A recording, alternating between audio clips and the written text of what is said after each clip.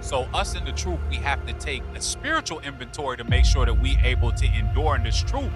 But also in a physical aspect, we have to make sure that we counting the cost for the things that's about to happen on the earth.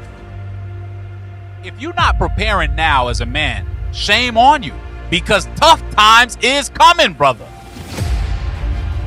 You're not going to get a pass because the tough times happen. As a man, you have to be able to provide. You God's holy people. You're the chosen people of God. Everything great came from you.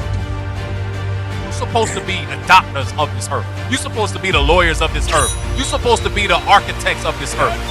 That's the knowledge that was imputed on us.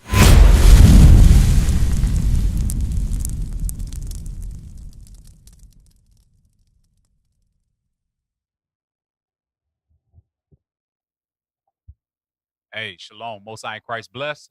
My name is Officer Phillip, and today I'm teaching a class called The Foolish Versions. All right, Foolish Versions. All right, so let's open up with our favorite scripture, Romans chapter 15 and verse 4. Romans chapter 15 and verse 4. Romans chapter 15 and verse 4. For whatsoever things were written aforetime were written for our learning, that we, through patience and comfort of the scriptures, might have hope. So that's the point, y'all. We got things that was written in times past so that we don't have to make the same mistakes of our forefathers. Men like Solomon, men like David, men like Joseph. All of their history is written in the Bible so that we can glean wisdom from it. We got an advantage that they did not have. We have their records. So with that information, we got to make sure we use it wisely. All right. So with that being said, pull up that first image I got. It should be a definition for the word foresight. Pull it up. Pull up that clip. And when it's up, you can read it. Foresight. Yep. That Definition. There you go. Read that. Definition of foresight. Foresight is the ability to predict what will happen or what is needed in the future, coupled with the action of planning prudently today. It means using preparation and good judgment to avoid future problems or seize upcoming opportunities. There you go. So we as men of the Lord and women of the Lord, we have to have what's called foresight. We know what is going to happen in the future because guess what? God left us the breadcrumbs in the Bible. Read that scripture again, Romans chapter 15 and verse 4. For whatsoever things were written aforetime were written for our learning. That's what it was written for. God left us the blueprint on what was going to happen to us in the future, and he wrote it for us in the past so that we could have foresight to be able to prepare for the future. That's right. Go to the book of Luke, Luke chapter 14 and verse 28. So what we're going to be going over in this class is about just that, having foresight to be able to prepare for the future, because we know certain things are going to happen in this earth. We know that things like famine is going to come. We know things like bad jobs is going to come, not having good education. We know that we're going to be persecuted in this truth. So with that information, what do we do today? That's the question. What do we do? So we have to make sure that we get our finances in order so that we can prepare things for the future. We have to make sure that we get resources, food, things to survive in case we have to flee. And we have to make sure that we get the number one material, the Bible, inside of our brain so that we can be prepared for what's to come. That's Read that. right. Luke chapter 14 and verse 28. Let's go. For which of you, intending to build a tower, sitteth not down first? Start at verse 26. Start at the point. Yes, sir. If any man come to me and hate not his father and mother and wife and children and brethren and sisters, yea, and his own life also, he cannot be my disciple. Read. And whosoever doth not bear his cross and come after me cannot be my disciple. So Christ was laying it down. He let the apostles them know. He said, listen, if you are not willing to cut everything off, you are not worthy of me. He was letting them know in the future, listen, it's going to get rough. In order to follow me, you have to be willing to cut everything off, right? So if you have to be willing to cut everything off, you have to start doing what? Preparing for that in your mind. because Christ already gave them the foresight. Look, things as bad is going to happen in the future, so get your mind prepared for those bad times. That's Read. right. For which of you, intending to build a tower, sitteth not down first, and counteth the cost? There you go. You're supposed to count the cost. What counting the cost is small. It seemed like a small saying, but it has huge meaning in a literal sense, because Christ right here was saying count the cost, meaning spiritually get your mind prepared. But what does it mean to actually count the cost of something? It means that you have to sit down, plan, and make a budget to make sure that you have enough resources to go through with the endeavor that's ahead of you. You have to have foresight to say, wait a minute, if I'm going to read it again, read from the top of the verse. I don't want to butcher it. Yes, sir. For which of you, intending to build a tower? Think about it. If you was going to build a tower, you can't just say, you know what? Let me just go ahead. I got $5. Let me go ahead and start building the tower and put the sand down. Or no.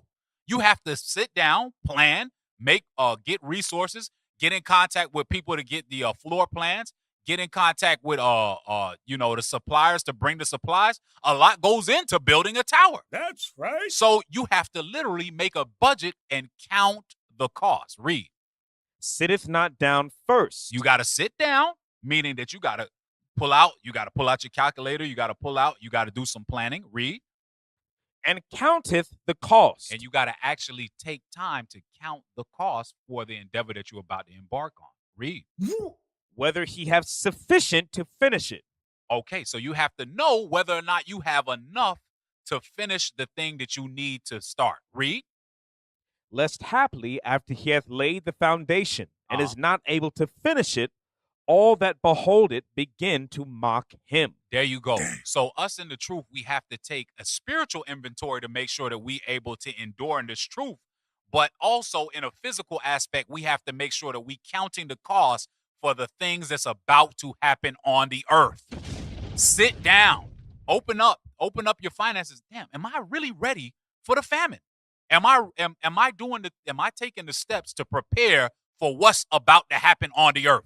Or am I playing? Am I like the man that's going to happily, after I laid the foundation, saying I believe in the truth and not able to finish? Meaning when times get tough, you have to go to the people who prepared and say, please bail me out because I didn't have enough. I didn't sit down to count the cost. I was strong in the Lord and the power of his might, but I did not really sit down to count the cost. I was a foolish virgin. Let me get some of your oil. Let's see what's going to happen in the future. Read verse 30 again. Saying, this man began to build and was not able to finish. There you go. So spiritually, we have to take an inventory to make sure we're able to fulfill our duties in this truth, but we also know what's happening. We see the signs of the time, so we must make sure we are making preparations for that. Sit down, count the cost. Hell, stop going to McDonald's once a week. And instead of spending $15 on a Big Mac combo, because, we trying to get in the green, put you a couple of cans of beans away. Count the cost. Because in that day, you're going to wish that you did. From there, go to Proverbs chapter 10. Proverbs chapter 10. Well, no, before you go to Proverbs, get that next clip. Not the clip, but the next screenshot for budget. Budget. Because the literal meaning of counting a cost is making a budget. That's what a budget is. You count the cost. Pull that up. A budget is a financial plan that outlines your expected income and expenses over a specific period. Mm-hmm. It acts as a roadmap to help you manage your money, control spending, avoid debt, and save for future goals. There you go. So we have to count the cost. We have to make a budget. We know that trying times are coming, Israel, but are we being serious about being prepared? Are we budgeting for the famine that we know is to come? Are we budgeting to make sure that we have things in place for when we start to get persecuted for this truth? Or are we being those foolish virgins that's not preparing, not getting no oil? That's the question. Go to video 1:1. Video 1:1, and then we're going to go whole Proverbs chapter 4. Go to video 1:1. Play that when you got it. I hope y'all download it. Oh, okay. I hear a lot of rumbling. Like, yes, sir, yes, sir. Now, the present. Okay. I basically just take all my checks and I ration them out, which go to what? The kids, the bills, utilities, cable, the cell phone. So that's how I imagine it. After it all, I'm always broke. So, but at least my stuff is paid. So paying off loans. Yes, Buying a house probably in like 10 years. Okay. And then like just big trips that I want to go to as well. I'll say for. All right, so stop right there. So what the sister was saying is how a lot of our people live. As Israel, we already know.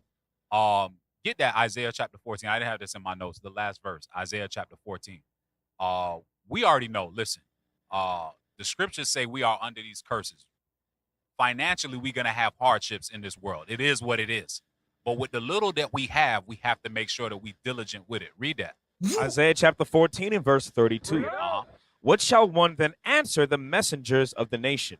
That the Lord hath founded Zion, and the poor of his people shall trust in it. So Zion, the Israelites, we are a poor people, right? We are under the curses, but we are spiritually rich. But with the little bit of money that we have, we can't be like how the sister said, you know what? At the end, I spend everything. I got my cable bill. I got this bill. I got that bill. And at the end of it, I don't got nothing to show for it. Wow. We have to learn how to reel our finances in and count the cost, because we have to get prepared for what's about to happen in the earth. We cannot spend every last dime. We are not in that mode right now, Israel. Believe it or not, right now we are in the time of plenty in Babylon the Great, which is spiritually called Egypt and Sodom. That's where we at right now. So right now we have to reel it in a little bit, put a little bit away, so that we can start preparing for that day that we know is to come. Play video 1-2. Watch this.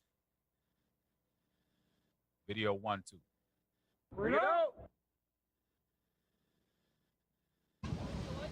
We struggle with that part because no one has taught us that.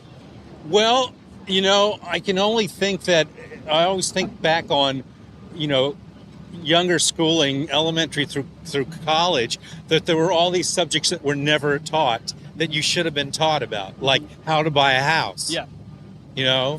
How to plan for retirement is just as All right, so you can stop right there. So the question was asked to the sister and the brother, how are you managing your finances? And the sister gave an honest answer. She said, no one ever taught us. No one ever sat down and actually taught us how to manage our finances. Why? Because we came in here out of slavery. We didn't have access to finances. But you know what we did have access to, that we still got access to this day? God's holy Bible. That's our power.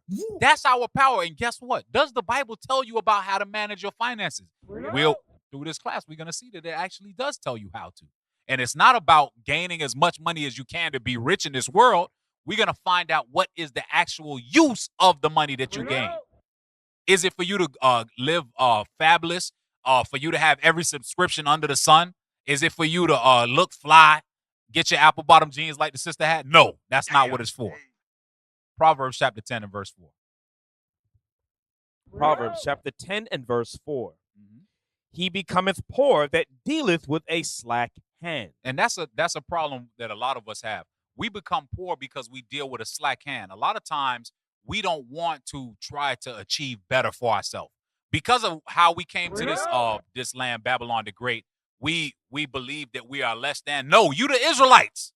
You God's holy people. You're the chosen people of God. Everything great came from you. Here it is now, you got a slack hand. No, you're supposed to be the doctors of this earth. You're supposed to be the lawyers of this earth. You're supposed to be the architects of this earth. That's right. That's the knowledge that was imputed on us. But we deal now with a slack hand. We watch damn rap videos all day and think that the only thing, you ask kids nowadays, this thing be pissing me off when we be at camp. I ain't gonna lie. I gotta just have my little righteous rant. You ask these kids, yo, what do you want to be when you grow up? A basketball player, a football player, a rapper. The hell is this? The hell is this? No, you deal with a slack hand, and guess what? God said when you deal with a slack hand, what will happen? But the hand of the diligent maketh rich. There you go. If you want to have a little something in this world, You must learn to be diligent. A part of diligence is being able to count the cost, budget the little bit that you do have. Here it is. Here it is today. You gain a skill. Okay.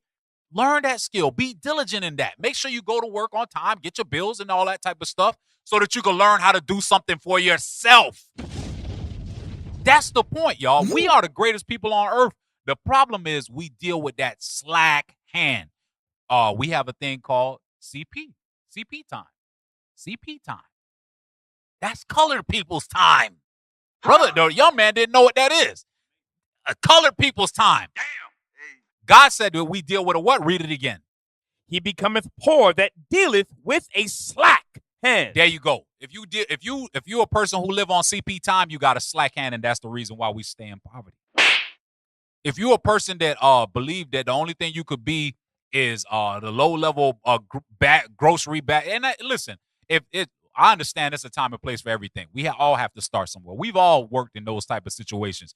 But we have to see ourselves better so that we can get the resources now to be able to prepare for what's to come in the future. That's right. We got to stop dealing with a slack hand. Otherwise, we're going to stay in this perpetual state of, like how the sister said, I pay my cable, I pay for my kids, then I'm broke. But nobody taught me how to save my money. All right? From there, let's get Ecclesiastes 7 and 12. Let's see what the point of the money is, because I don't want people to catch spirits and think I'm talking about, get rich in this world and drive Benzes and all that. No, that's not what this class is about. Read. Ecclesiastes chapter 7 and verse 12.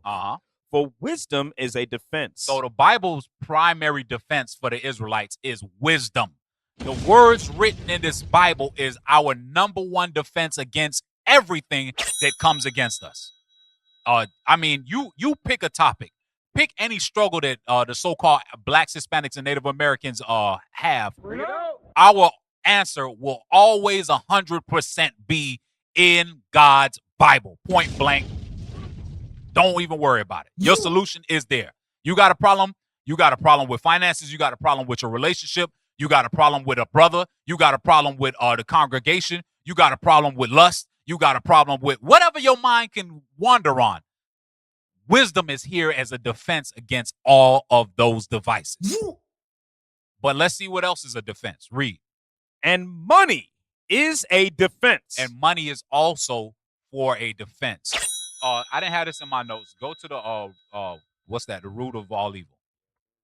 Go to that. I didn't have this in my notes. Because the scripture said that money is a defense. Read that. The book of 1 Timothy chapter 6 and verse 10. For the love of money is the root of all evil. There you go. So now think about it. Is the Bible contradicting itself? No. The Bible says the love of money is the root of all evil. Read. Which while some coveted after. What they did with it? Coveted after. They have erred from the faith. And pierced themselves through with many sorrows. So don't get it twisted, y'all. This is not a, get rich as an Israelite class. No. The Bible said that the love of money is the root of all evil. They got the perfect picture on the damn screen. Go back one. Go back one picture if you can. I don't know if it's on autoplay or what. Go back to Baby Oil Master. There you go. Damn. There you go. The love of money is the root of all evil. And it says that they get pierced through with many diverse lusts, coveting after that stuff. But now go back to Proverbs. I want to make sure I lay that straight. Like, this is not we ain't preaching prosperity doctrine here.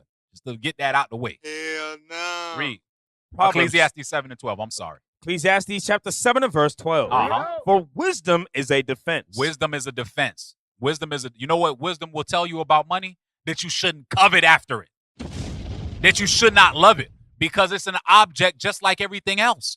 It was made for a specific purpose. But when you start coveting after it, then you know, next thing you know, you're going to have 20 gallons of baby oil, like industrial buckets of baby oil and, baby oil on the wall, like how they got the thing about the number one bottles. Yeah. No, we ain't talking about that. You have to have wisdom as the foundation. That's the thing that we should all be coveting after is wisdom. Read. And money is a defense. But money has its place too, because you can defend yourself with finances. How can you defend yourself with money and wisdom? Man, I know that America has to go down one day. And when it goes down, I could imagine that food will be unavailable. Let me defend myself with the little bit of money I got and put some oats away. Let me start figuring out how to plant crops. That's what you can do with your money to defend yourself, right? Let's see another way that you could defend yourself with money. Show that next clip. So that don't get it twisted, y'all. Money is a defense. It's not to be coveted after. It's a tool to be used in its proper order. Pull up that next slide. It says emergency. An emergency. No. It's a screenshot. It's the third screenshot. There you go. All right. So we just read that money is a defense, right? Here's another way that money can defend you. This is what money is used for, not to amass a big lump sum and sit on your big pile of coins like Scrooge McDuck. Y'all remember that? What was it? Darkwing Duck or DuckTales? Scrooge McDuck, where he, in the beginning of the damn cartoon, he jump into a big old pile of coins and start swimming. Damn. I don't know. It's one of the things, man. Yeah, but anyway, I digress. I'm showing my age. Read that. An emergency fund is a dedicated cash reserve kept in an easily accessible bank account, specifically meant to cover unexpected expenses or a sudden loss of income. There you go. So that's a way that you can defend yourself with money, because guess what, y'all? I don't know if y'all know. I don't know if y'all have a mirror at y'all house, but we are the Israelites. The Bible says that we are a nation not desired. So you are the first fired, last fired, last hired, right? So you have to prepare for those things. Money is a defense. You would have wisdom to know, hey, I'm hated, so let me make sure that I don't spend every single dollar I got at Dutch Pot making Dutch Pot. And just so y'all know, Dutch Pot is a Jamaican restaurant, but it's owned by Moab. I just want to let y'all know that right now. Damn. So y'all making Moab rich. Just want to make sure I let you know that. You know, that shot's fired. There's some people in here that got Dutch Pot right now in their stomach. But the Bible says that money is a defense. So knowing that we are hated, wouldn't it make sense for you to put away a little bit of money in an emergency fund to make sure that if you do lose your job, that you don't lose everything? That you don't put yourself in a position where you're not able to prepare for what's to come? Read it again from the top. An emergency fund is a dedicated cash reserve kept in an easily accessible bank account, right? Specifically meant to cover unexpected expenses or a sudden loss of income. Sudden loss of income equals AKA you get fired. That's what it's for. That's what money is used to defend you against. Read. It acts as a financial safety net so you can avoid relying on high-interest credit cards or dipping into long-term investments during a crisis. Okay, so we have to learn how to use these things in the world. It says an emergency fund will help you in the time that you lose a job or you get sick. Read how much to save. How much to save? Uh-huh. Financial experts generally recommend saving 3 to 6 months of essential living expenses, such as housing, utilities, food, and basic transportation. Your exact target should depend on your specific circumstances. There you go. So it says that defend against trouble that you know is coming. The white man shouldn't have to create things like this emergency funds for us to learn how to put our money away, because guess what? There was things like this all throughout the Bible. We're going to read some of it today. I don't want to jump the gun in my class. Where you think Esau got that from, to have an emergency fund? Did the Israelites have emergencies and have things stocked up? You damn right they did. So I feel bad because earlier we saw the sister who said that nobody taught her. Well, guess what, sis? Your brothers are here now to open up your history book, the book of our fathers, to show you that it does teach us how to prepare, how to put our money away, and what money is used for. That's right. It's a defense. So from there, let's get 1 Timothy chapter 5 and verse 8. 1 Timothy 5 and 8. 1 Timothy chapter 5 and verse 8. But if any provide not for his own, and specially for those of his own house, he hath denied the faith and is worse than an infidel. So you have to be able to provide for your family, brothers. Listen, I tell my wife this all the time. I'm like, listen, God forbid we lose our job. I said, if you lose your job and, you know, things get a little tighter than what they are, hey, nobody ain't gonna bat an eye. Everybody gonna be looking at daddy, what you gonna do to fix this? It's our job. It's our job as men. It's not the woman's job to hold up the finances. It's not their job. So as men of the Lord, when we know that it's our responsibility to do it, what do we have to do? We have to make sure that we counting the cost. We have to make sure that we're not going out and buying everything under the sun. We have to make sure that we doing what? Getting those emergency funds ready, getting those famine things ready, prepping, doing all of that. That's our job. Because if we don't provide that in the time of famine, read it again. But if any provide not for his own, and especially for those of his own house, Read. he hath denied the faith and is worse than an infidel. Read the part where it says that it's okay for him to do that if he loses his job. But if any provide not for his own, and especially for those of his own house, he hath denied the faith. There you go. You want to know why you don't get no sympathy? Because the Bible already told you to get your defense. You denied the faith. If you're not preparing now as a man, shame on you, because tough times is coming, brother. You're not going to get a pass because the tough times happen. As a man, you have to be able to provide, or you have denied the faith, because you learned in the faith to put your money away. You learned in the faith that the famine was coming. Now you want to cry, oh, I didn't do it. I should have the McDonald's. Hey, man, cry me a river, brother. You was a foolish virgin, and you're going to get treated as such.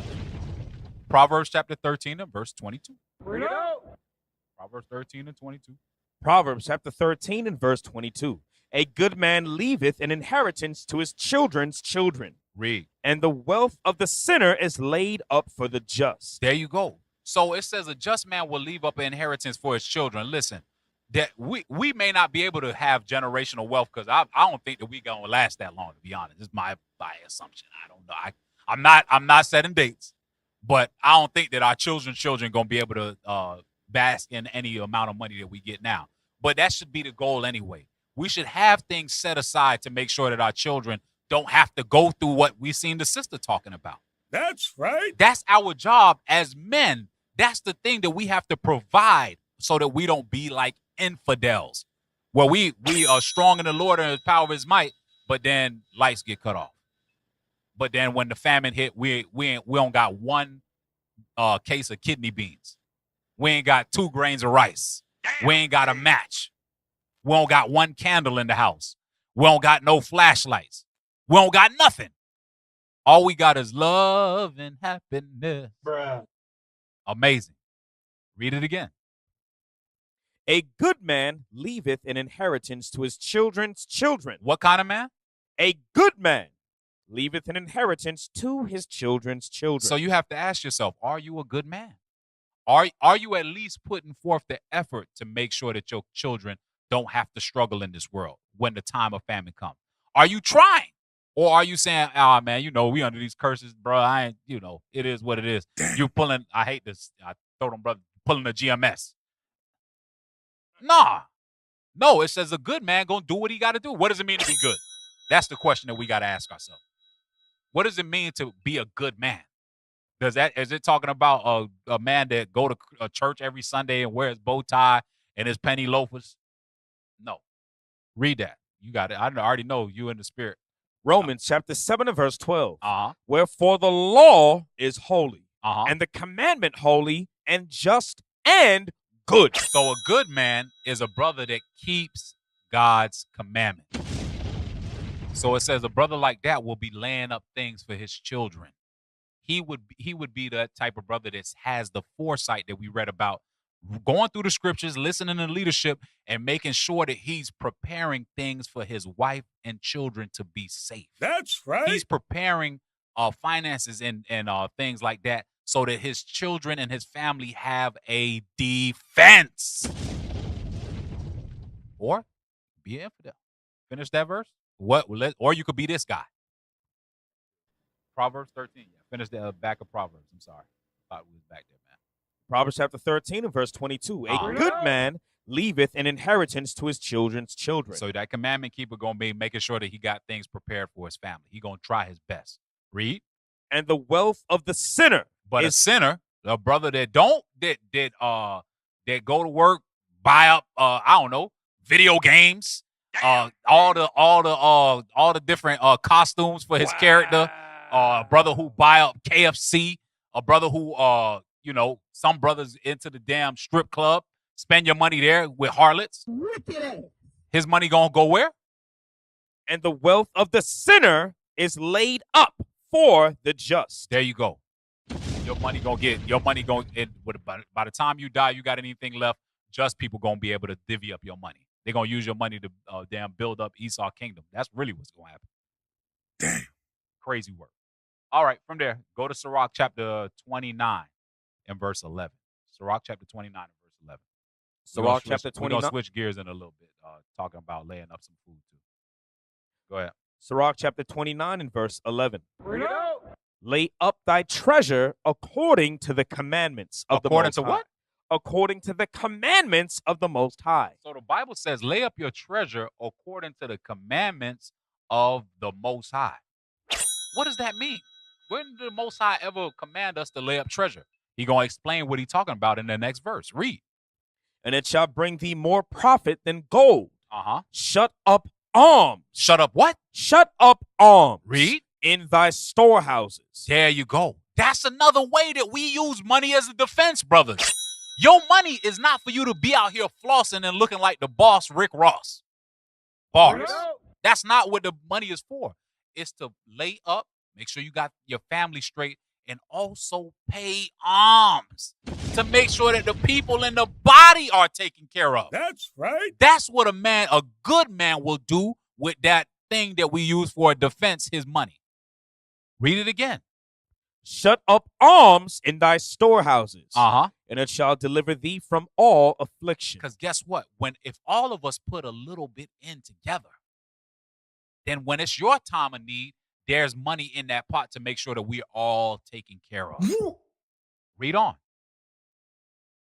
Verse 13. And it shall deliver thee from all affliction. Uh-huh. It shall fight for thee against thine enemies better than a mighty shield and strong spear. There you go. Because guess what? The Most High will make sure that he defend you when he see that you putting up a defense for your people. That's right. Or you will be that brother that's putting up a defense for Dutch Pot, putting up a defense for McDonald's, putting up a defense for Mercedes-Benz, big car note, putting up a defense for whatever your heart desire, the strip club, video games, whatever you putting your money into, you put more money into that than into the arms of the Lord.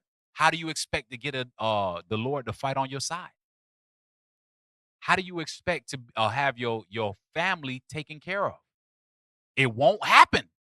So we have to make sure that we are using our finances responsibly, making sure we're putting things aside for our family, and also make sure that we're taking care of the body with those finances. All right? From there, Proverbs chapter 23, verse 21. Proverbs 23, verse 21. Proverbs chapter 23 and verse 21. Uh-huh. For the drunkard and the glutton shall come to poverty. And here's some more ways where the sinner will never be able to have money. It says, matter of fact, start at verse 20. Start at verse 20. Be not among wine bibbers, among riotous eaters of flesh. It says, don't be around wine bibbers or riotous eaters of flesh. What's a wine bibber? It means a dude that cannot control his appetite for alcohol. Damn. What's a riotous eater? Because we all know what a riot is. You know, people fighting and all that kind of stuff breaking out. How can you do that eating? That means that you one of those people that when you pull up, I don't know, that I'm showing my age again. There was that old Grand Theft Auto not Vice City, San Andreas. There was a point when Big Smoke, the big fat character, he pulled up to the damn register and said, let me get a number 6, a number 7 with extra cheese, 2 number 5s. And then he turned to his friends and was like, hey, y'all want anything? That's what it means to be a riotous eater. Those two type of men, read on. For the drunkard and the glutton shall come to poverty. They're going to come to what? To poverty. There you go. That's the reason why you will not be able to prepare for the famine. Because you're too busy putting your reserves in the damn alcohol bottle. You too busy putting your reserves in fast food. You ain't touched your microwave since you bought it. Wow. You don't even know how to work the stove. Damn. Hey. But you know how to go on the phone, scroll Uber Eats, $40. Damn, this is my last 40. Oh well. Famine, smamming. They'll take care of me at the school. I'll be all right. I'm a foolish version. Read it again. For the drunkard Let that- and the glutton shall come to poverty. They're going to come to poverty. It is what it is. If you have vices in this world, it's no way that you're going to be able to use money as a defense because you're going to be too busy lining up Esau pockets, making your belly fat and making your damn brain and liver destroyed with damn alcohol. You cannot, you will not be in a position to make sure that things is taken care of in the time of famine. You're going to be that person in the time of famine. I guess you're going to survive because if you're a riotous eater, because you're going to have a lot of weight. You know, you're going to be fasting, but you got so much calories on you, I guess you are storing up. I guess, technically. Crazy. It's crazy to think about it like that, but I guess. So play those next videos before I go off on a damn tangent. Play the next video. Play video number, I think it's video number 2.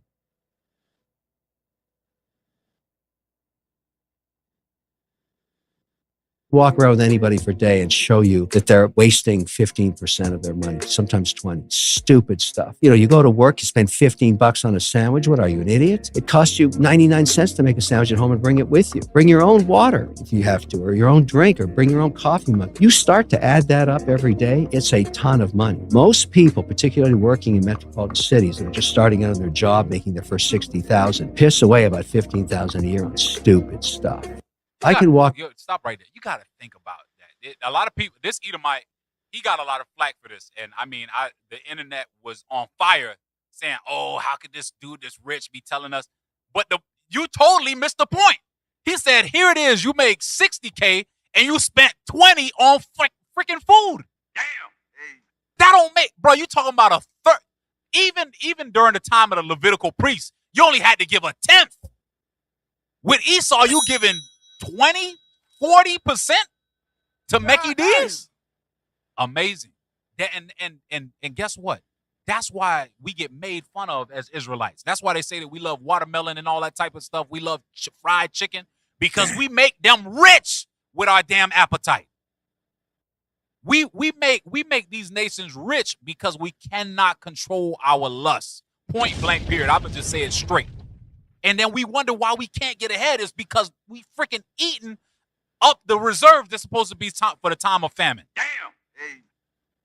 You giving your whole damn check right back. I remember we was traveling to, I think we was in Grenada, and we went to the place where they make the damn sugarcane whiskey. And the lady was telling us, man, the dudes who work here, as soon as we pay them, they give us all the money we paid them right back and buy alcohol. To the point where she got to loan them they check. Wow. And then we got the nerve to sit around and talk about, oh, we want equality. Bro, you eating your equality. You drinking your equality. Play the next video before I go off. I'm about to go off, man. I'm about to go off. Y'all got to reel me back in, man. I don't want to be. Hold on. Stop. Pause it. Read what it say. Be responsible. Don't drink your money away. So this was a meme. The reason why, they have a saying in the world. They says that art imitates life and art imitates art. A lot of time when our people make these comedies and things like that, it's because that's how we really are. The thing says be responsible and don't drink your money away. Let's see what our response is to that. I don't want to be. I want to spend my life savings on this.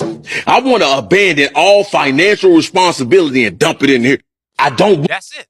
That's what we don't verbally say that out loud, right? We don't really say that out loud. We don't really say, hey, look, I don't want to prepare for the famine because I really want to drink. I don't want to prepare for the famine because I love KFC. We don't say that out our mouth, but our actions show that's exactly what's in our heart. That's where we at, y'all. So here it is now. I pray that if you're a brother or sister that don't got nothing saved up, but you went to Chick-fil-A this week, I pray that your heart is on fire. Cut! You can put the cut sound again. Do it 3 times back to back. Just slice the fat right off of you. Playing damn game. Play the next video. The hell is this? Going off, man. Y'all real People are now paying for DoorDash with installment loans. This is the hell we're in. He fat. Hey, pause it. I hear the brothers in the back saying he fat. Yeah, he an expert. He an expert. He gonna tell he fat, but guess what? A lot of brothers deal with exactly what he deal with. He's fat, so he could tell you he's an expert. He could tell you because he's dealing with it. It's like Bishop Yawasop always play that one brother who was a damn crackhead, crack addict, functional. He was an expert to be able to tell you about the damn crack. So here go your friend and mine, a friendly neighborhood fat white man. Now let's see what he got to say about how he's talking about all of America, but our people especially got this damn fever on them. Play it. People are now paying for DoorDash with installment loans. This is the hell we're in. He said, pause it. He said people paying for DoorDash with installment loans. Boy, ain't no way, boy. So y'all, just in case y'all don't understand installment loans, that means that you borrowing money to buy KFC. God damn. Pay in 4 for a 4-piece. What? Y'all think that there ain't people in Israel that's doing that? Play. Damn. Fatty Bunbatis cannot afford a crunch wrap. They are literally putting it on layaway. He said you're putting a damn crunch wrap on layaway. That's how Israel, I'm telling you right now, I guarantee you there's somebody in the body right now doing that right now. And then if you go to their crib and ask them, let me see your pantry for a time of famine, they be like, I haven't started yet. I thought that we had some time. Wow. Now that you mentioned it, as soon as I finish paying off my crunch wrap loan, I'll get to it. Play. Charge it. Fuck it. Go back. People that go, why'd you go bankrupt? You go DoorDash. I owe $80,000 to DoorDash. Amazing. Think about being broke and cooking, how depressing that is. Think about being poor and in your kitchen with the thing like this, with the pan. Stop. You can stop it right there. See, he making fun of it. He probably got the same syndrome, but I'm telling you, Israel, we are like that. We wax fat here in Babylon the Great. We believe, for real, I'm gonna just make it plain. Israel, we really believe that Babylon will not fail. We love Babylon. Damn. We love the delicacies of Babylon. And because we believe that Babylon will not fail, guess what we do? We fail to do. We fail to prepare. We fail to build up our defenses because we could get the crunch wrap on a $4 payment installment loan. Damn. Hey. We think we're going to always be able to do that, y'all. A time is coming when that stuff is going to be a thing of the past. Message. And what you going to do when you crack open the pantry and it's nothing in there? You ain't going to be able to get a installment loan no more. It's Hell over. no. All right. From there, go to Sirach 25 and 3. And then get the next video queued up, video number 5. The book of Sirach, chapter 25 and verse 3. If thou hast gathered nothing in thy youth, how canst thou find anything in thine age? So it said if you don't gather anything in your youth. Right now, some of us are somewhat younger, some of us are older, but in your youth, you at the zenith of your life, you at the pinnacle of your life, you in your strength. Now is the time for you to have that drive to be able to prepare for the future. Also, it's really going into gathering up wisdom in your youth, because you don't want to wait until the last minute to start trying to figure out how to keep God's laws. You need to be getting that in your spirit ASAP. But also in your youth, that's when you have your strength to be able to prepare, build up your defense, put some money away, put away items to prepare for the famine now while you still got the strength. Because it says in your old age, how are you going to have anything if you didn't start when you were younger? Right? That's a sad thing. A sad thing. I was telling a brother this. It be paining me to see them people that's like 70. And they got to be like, welcome to Walmart. How you think they got there? Damn. They didn't prepare. They didn't build up a defense. Play video 5. Let's see. We're gonna get it out of the horse's mouth how they got there. Don't let this be you. I do for money is Uber driving. Now I'm look at this curious Edomite. to know whether This there are Edomite, any. this Edomite right here, gotta be, I don't know. She might be 12 messing around because you know they age crazy. She might be 36. She might be all of 30. Let's say 84 there. It's probably 36. But anyway, you know, she's 84 driving Uber, right? Play. Other 84-year-old drivers. I'm 82 years old. Now look at the and brother. I He's wish 82. 82, y'all. Lord willing, Christ return before we get up there. But that's the prayer. But man, if he don't return by that time when we make it to that age, I pray that we got a plan to be not doing damn Uber at that age. You know how you get the Uber at his age? By eating Uber Eats at our age. That's how you get there. I could retire now. I do not have any retirement savings. I always felt that I was too young to think about retirement. And I was a hippie, and I was all about living. She was a hippie. She was chilling with Jake trying to beat down Cleopatra. Well, I mean, Cleopatra was an Edomite, so I guess that's accurate. But you see what she said? She said she never thought about it. Never thought about preparing. She the other nations. That's shame on her because she's going straight into chain. 84 and all, you going, Miss Ann. I'm sorry to tell you. So you ain't got to worry about retirement with us. You gonna work all the way up. It ain't gonna be Uber either. But play on. In the here and now. The peak of my career was my last job. I was vice president of a company that developed advanced communication systems. I earned $115,000 a year. Think about that number, y'all. And he not young. That's the thing that blew my mind about this.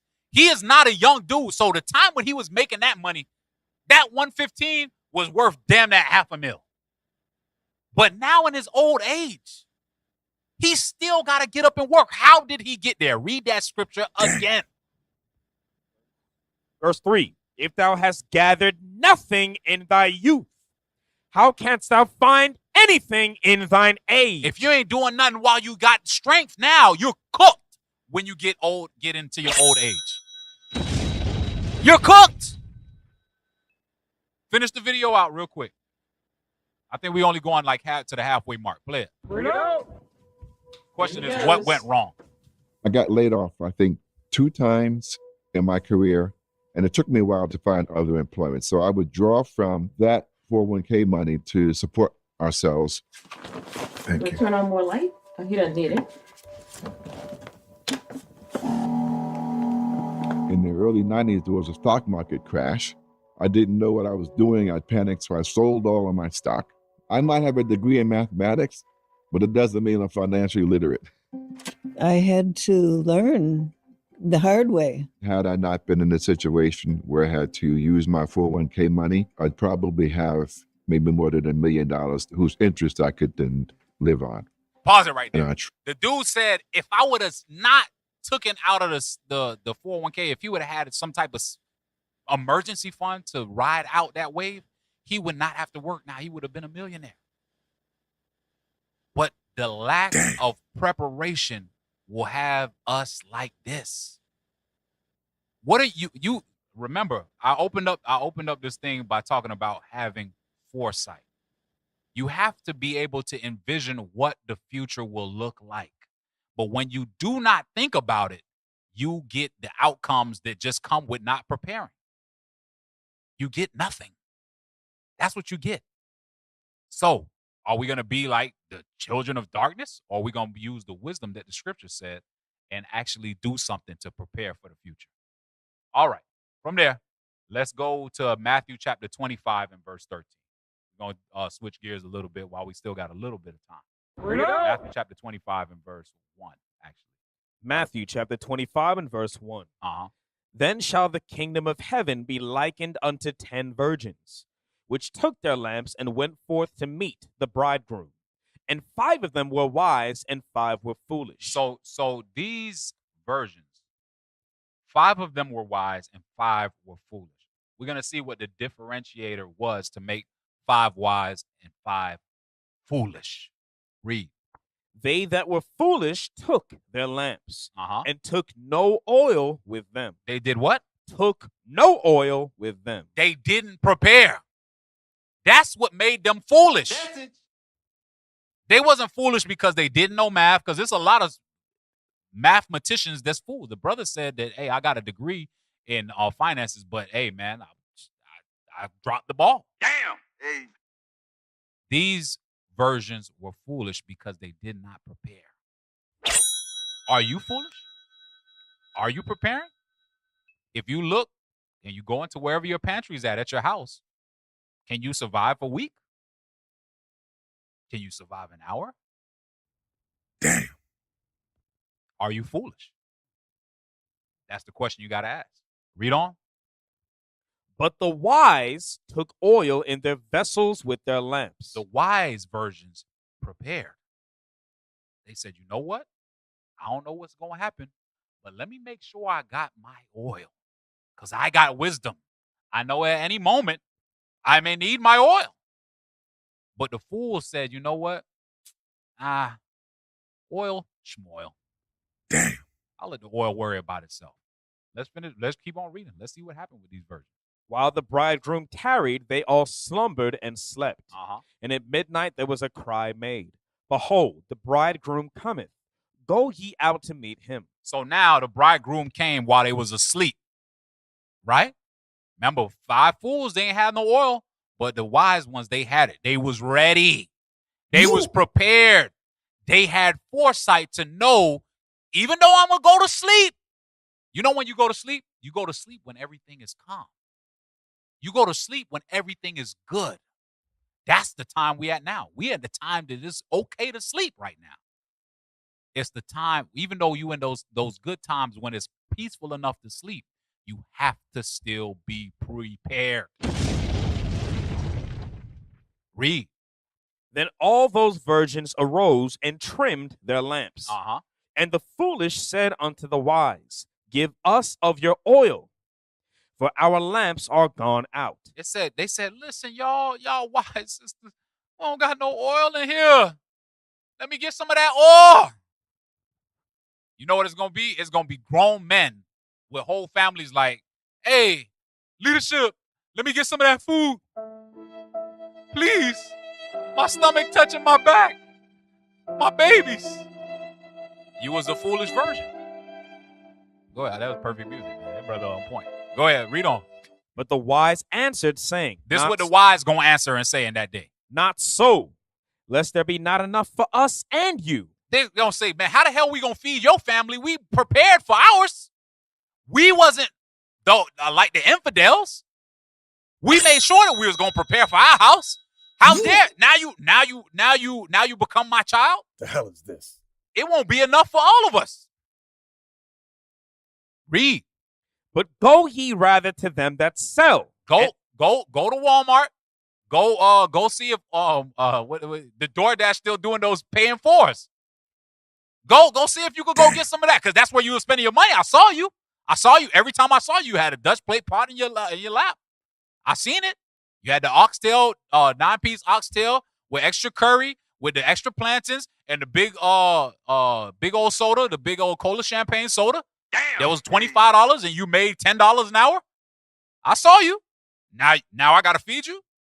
Read that verse again. But the wise answered, saying, Not so, lest there be not enough for us and you. There you go. It said, listen, you had time to prepare just like we did. You had time. So what you doing with your time? You gonna keep on playing? You gonna keep on buying Fortnite season passes? You gonna keep on playing? You gonna keep on getting the 4 for 4s at Wendy's?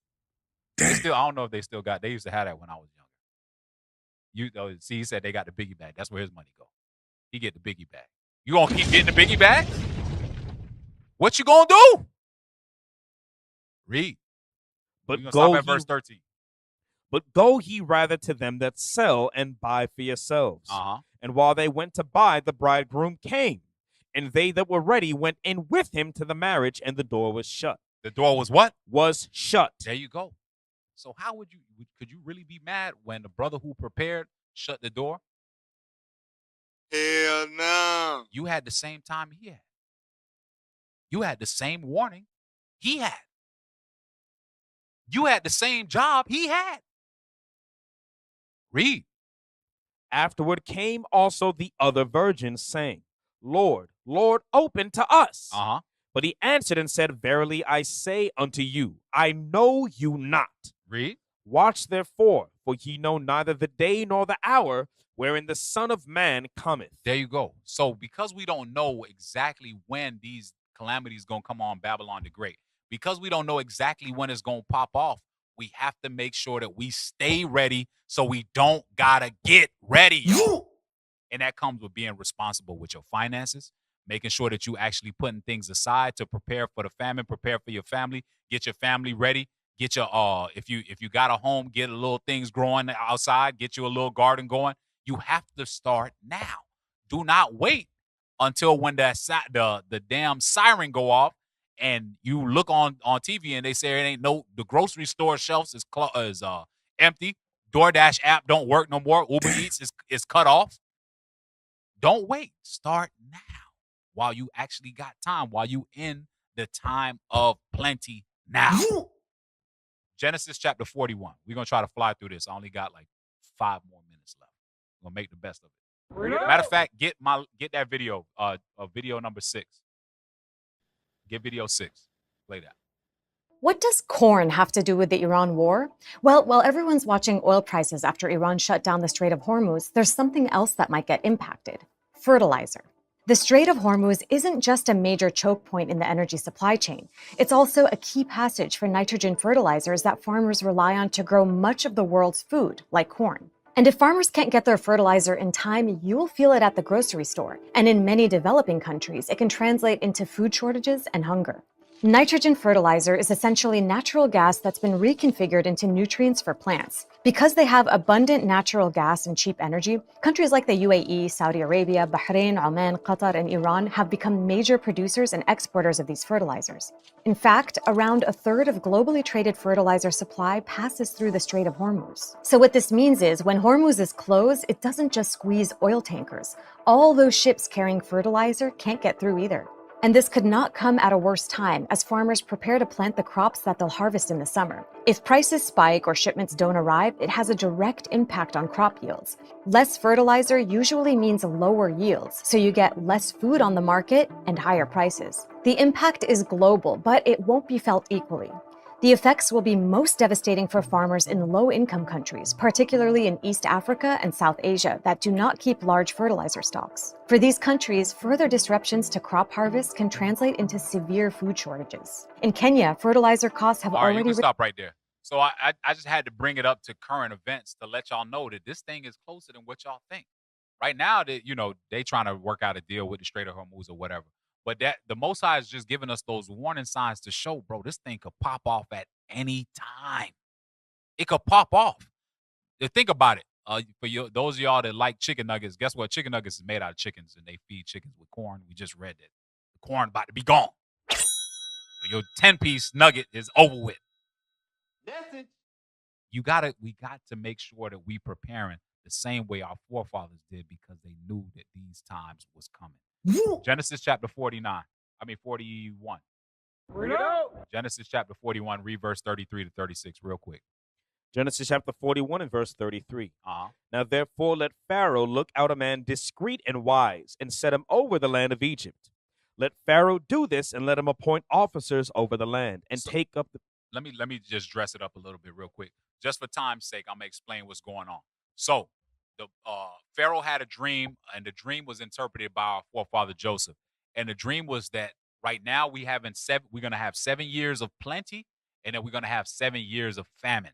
So he was giving wise counsel to the Pharaoh on how to prepare because he had foresight of the things that was getting ready to happen. So guess what, y'all? We have that same foresight. We got the modern day Josephs of today telling you that the famine is coming. The question is, are you going to take heed to the warning? Or are you going to keep getting the installments at DoorDash? Damn. Hey. Put a can of beans away every time you go to the store. Get ready. Read.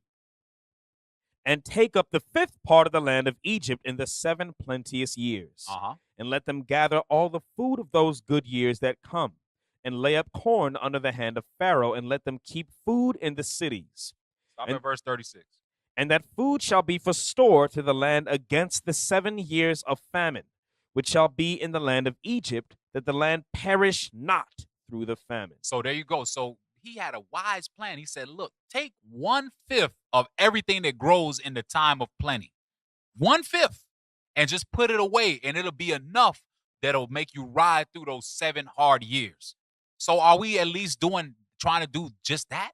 If you spend $100 on groceries, normally put another 20 and use that 20 to put a little bit away. Or if you can't afford that, use another 5, use another 10. Start with something small, right? From there, go to verse 47 and read to 49. And in the 7 plenteous years the earth brought forth by handfuls, and he gathered up all the food of the 7 years which were in the land of Egypt, and laid up the food in the cities, the food of the field, which was round about every city, laid he up in the same. And Joseph gathered corn as the sand of the sea, very much, until he left numbering, for it was without number. So if sometimes I've heard brothers talk about this, and I've heard very wise counsel. The question was, okay, when do I stop prepping? How much is enough? Right here, it said that the amount was without number, meaning just keep going. Because guess what? We may get weak-hearted, and we may go to those foolish versions. Y'all foolish versions out there that's going to come like, please, Mr. Wise version, I know you was wise. Please give me a little bit of the corn. So put up enough. Put up more so that we make sure that we have an overabundance when this thing do hit, that we'll be taken care of through that. All right, from there, play that next video, and then we're going to get a couple more scriptures, and we're going to be done. Play that last video. And my grandmother, God bless her dead, was talking about Hoover days, the Depression. And my grandmama was saying that back in those days, when they said it was a depression, she thought it was a storm coming or a hurricane or something like that. But she didn't really comprehend the word depression. And these poor people used to come by our house and ask my grandmother, say, Miss Hootie, do you have some of that cornbread? Do you have this and that? And my grandmother had their smokehouse, they had their garden, and my grandfather knew how to hunt, and that's how my people survived the Depression. They didn't know what no depression because they had all their needs, food, clothing, and shelter. All right, you stop it right there. So the brother was his grandparents grew up in a time of depression where there was a famine, right? Stock market crash. Y'all could go back and look at the history on that. But he said that his ancestors was able to survive it to the point where they thought the depression was a freaking storm. Why? Because they had already had the mindset to always have something put to the side.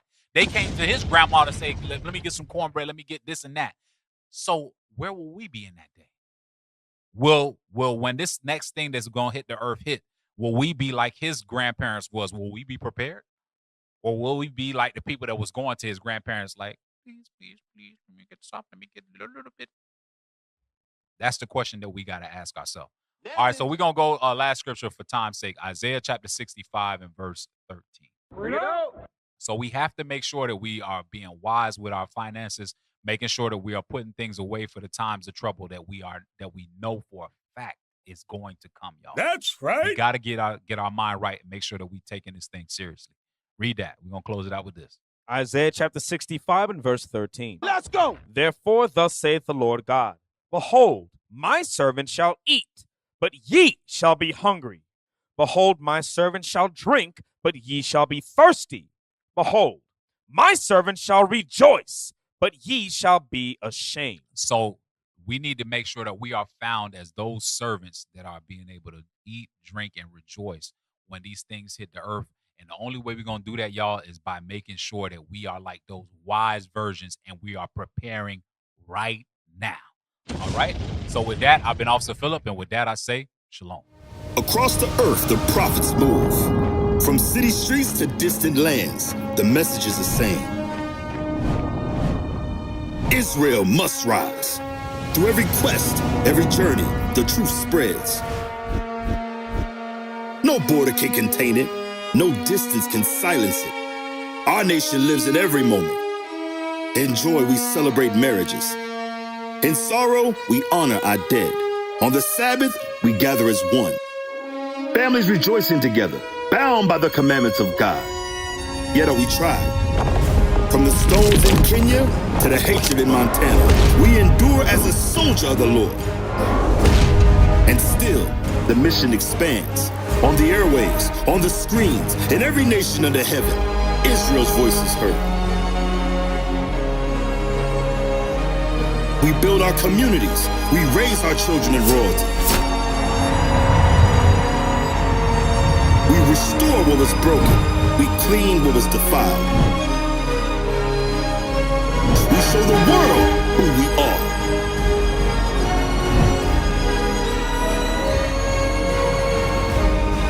This is Israel united in Christ. Nation in motion. Nation endures.